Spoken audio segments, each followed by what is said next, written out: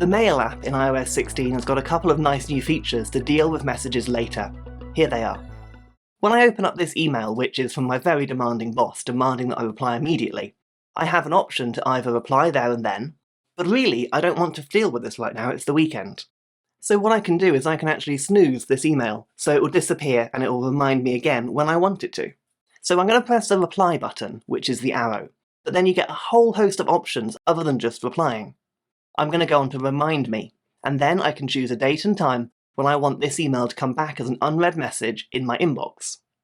It's not going to delete the email or hide it. In fact, it will still be there in the inbox for you, but it will mark as unread at a time when you choose.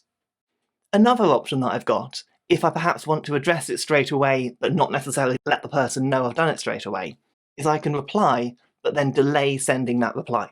So I'll type a quick reply in the messages screen, but rather than pressing send in the top right corner, I'm going to tap and hold the send button. From here you can choose to schedule that message to go out whenever you like. That means I can choose for it to go at a certain time in the morning, on a certain day. Then, when I press send, that message is not actually going to go straight away, it's going to sit on my device until that time comes.